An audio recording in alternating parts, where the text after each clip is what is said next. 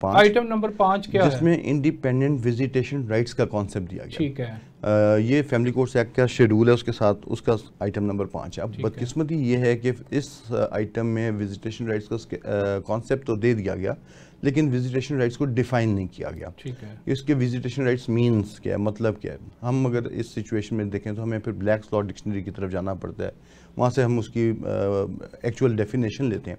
Basically ये वो मुलाकात, वो हकूक़ हैं विजिटेशन राइट्स जिसमें कोर्ट के हुक्म के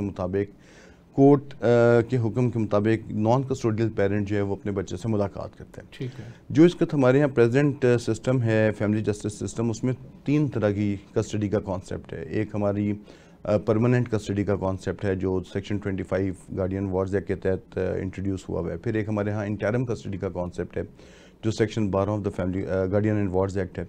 अब ये तीसरा कॉन्सेप्ट है टेम्परेरी कस्टडी के, इंटरम भी नहीं, परमानेंट भी नहीं, temporary custody for the time being. ये आइटम नंबर 5 में इंट्रोड्यूस हुआ 2002 में। ठीक है। लेकिन आज तक इसके ऊपर आप कह सकते हैं कि 2 साल पहले तक इसके ऊपर इन्वोक नहीं किया गया और इस सब्जेक्ट को टच नहीं किया गया। ठीक है। हम ये एजिटेट कर रहे हैं सर कि अगर कस्टडी एक पेरेंट के पास है, इस लार्ज मेजॉरिटी ऑफ केसेस में ये मुमकिन नहीं है कि आप इंटरम कस्टडी एक पेरेंट को दे दें और परमानेंट कस्टडी एक पेरेंट। तो ऑब्वियस सी बात है, जिसके पास परमानेंट कस्टडी है, जिसके पास इंटरम कस्टडी है, परमानेंट कस्टडी भी उसी के पास रहेगी। तो हमारी तो इस्तदा ये है कि आप जिस पेरेंट के पास कस्टडी नहीं है उसे टेम्परेरी कस्टडी तो अलाउ करें। हमारे यहाँ प्रैक्टिस ये है, जो आमतौर पर जो जनरल परसेप्शन है वो ये है कि जी every case shall have to be decided on its own merits. लेकिन आप केसेस उठा के देख लीजिए लंडी कोतल के, आप केसेस उठा के देख लीजिए गवादर के, आप केसेस उठा के देख लें लाहौर के, हर डिस्ट्रिक्ट से केस उठा के देख लें, जो फैमिली कोर्ट्स डिसाइड करती हैं सेक्शन 12 की एप्लीकेशन उसका सेम ऑर्डर है। ठीक है। वो 2 घंटे with in the court premises का एक टेम्पलेट चलता है, वंस इन अ मंथ और ट्वाइस इन अ मंथ। उसके तहत यानी कि बाप को जो है सिर्फ 2 घंटे की कस्टडी मिलती है, कस्टडी भी नहीं मिलती सर, सॉरी विजिटेशन कोर्ट देती है टेम्पलेट ऑर्डर।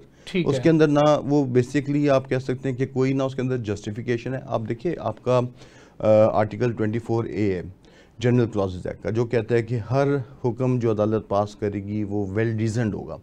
ये वाहिद एक्सेप्शन है जो सेक्शन 12 का ऑर्डर है, जो ना तो उसमें कोई रीजन बताई जाती है, यानी कि जो बाप है उसको सिर्फ 2 घंटे की मुलाकात दी जाती है या वो अदालत के प्रेमिसेस में दी जाती है, अदालत के अंदर दी जाती है, और उसकी कोई वजह नहीं बयान की जाती कि ये मुलाकात 2 घंटे की क्यों होनी चाहिए, ये मुलाकात अदालत में क्यों होनी चाहिए। कोई उम्र का भी तयन किया गया कानून के अंदर कि ये जो 2 घंटे की मुलाकात है ये किस एज तक जो है कोर्ट दे रही है कि आप इस एज, कोई स्पेसिफिक एज कानून में लिखी हुई है? इस हवाले से कानून बिल्कुल साइलेंट है, इस हवाले से प्रोसीजर बिल्कुल साइलेंट है, इस हवाले से practice of the superior courts बिल्कुल साइलेंट है। ये एक आप कह सकते हैं कि हमारी जो लोअर जुडिशरी है उसने अपनी आसानी के लिए कि बच्चे हमारे सामने ने उसको एक उन्होंने ये टेम्पलेट इंस्टॉल किया हुआ है जिसके तहत वो 2 घंटे की मुलाकात अलाउ की जाती है कोर्ट की तरफ से। जबकि फाइनेंशियल सपोर्ट जो है वो बाप कर रहा है, एजुकेशनल सपोर्ट बाप कर रहा है। एग्जैक्टली ठीक हो गया, उसका कोई मेडिकल का इशू आ गया है तो कोर्ट जो है वो डायरेक्शन बाप को देगी कि ये उसकी रिसीट्स आई हैं,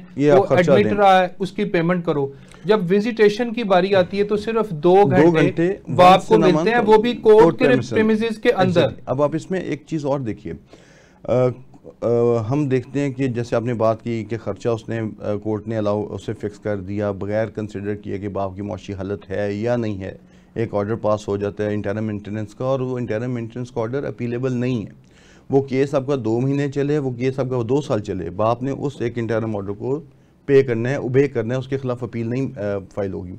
लेकिन वही बाप जब विजिटेशन मांगने आता है या कहते हैं जी मुझे मेरे बच्चे तक एक्सेस दी जाए, तो कोर्ट 8 से 10 महीने लगा देती है सिर्फ उसे डिसाइड करने में, उस छोटी सी एप्लीकेशन को डिसाइड करने में कि इसे 2 घंटे की मुलाकात कब देनी है, किस महीने में कितनी दफा देनी है। और जो कोर्ट्स हैं वो खर्चे के मामले में तो जीरो टॉलरेंस दिखाती है। जो विजिटेशन है बाप की उसके अंदर आप जैसे बता रहे हैं कि 6 महीने 8 महीने में भी साल भी लग जाए, साल से ज्यादा लग और बाप अपने बच्चे से मिलने के लिए तरसता रहे बिल्कुल, और उसके फिर अदालतों के ऊपर कोई इस बात का कोई असर नहीं है, कोई उनको इस बात की कोई टेंशन नहीं है कि ये बच्चा जो है इसको साइकोलॉजिकली असरात इस पे मुरतब हो रहे हैं और वो सिंगल पेरेंटल लाइफ भी गुजार रहा है। बिल्कुल जिस तरह पहले दिन से उन्होंने आपको फाइनेंशियल सपोर्ट कोर्ट ने प्रोवाइड की, ऑर्डर किया कि इसको इंटरम जो है मेंटेनेंस किया जाए from the first date of hearing.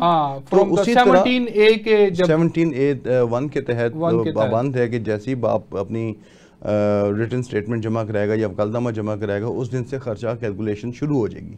मेरी अंडरस्टैंडिंग के मुताबिक तो इसी तरह मेरा ख्याल है फहद साहब, अगर आप खर्चा नहीं भी देंगे, जो कोर्ट्स में मैं भी पेश होता रहूं, फिर आपके वारंट निकलेंगे सेक्शन 100 के, नॉन अवेलेबल निकलेंगे, वारंट्स निकलेंगे, आपको जेल भेजेंगे, और जबकि उस जेल भेजने से कुछ प्रैक्टिकल पर्पस भी सर्व नहीं होगा, सिर्फ आपको ह्यूमिलेट किया जाएगा। यानी कि जब तक आप खर्चा जमा नहीं कराएंगे तमाम इदारे आपके पीछे पड़ जाएंगे कि तुम खर्चा जमा कराओ। देखिए, मैं तो ये बात करता हूँ फवाद साहब कि आप एक राइट को प्रोटेक्ट कर रहे हैं, मेरी बात सिंगल राइट को आप प्रोटेक्ट कर रहे हैं, सिर्फ फाइनेंशियल राइट को आप देख रहे हैं। जो बच्चे के सोशल राइट्स हैं उन्हें तो प्रोटेक्ट ही नहीं कर रहे।